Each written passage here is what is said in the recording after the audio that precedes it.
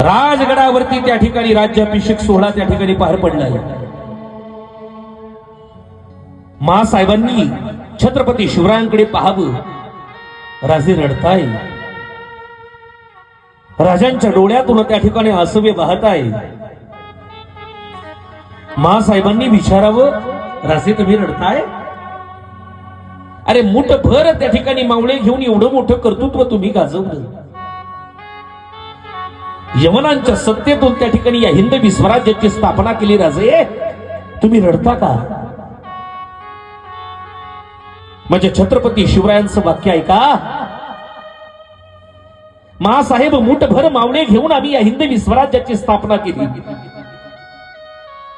एवढं मोठं कर्तृत्व केलंय, पण आज हे सुख पाहण्याकरता तुमच्या कपाळावरचं कुंकू आमचे वडील आज शहाजीराजे असते तर त्यांना किती बरं वाटलं असतं बघा।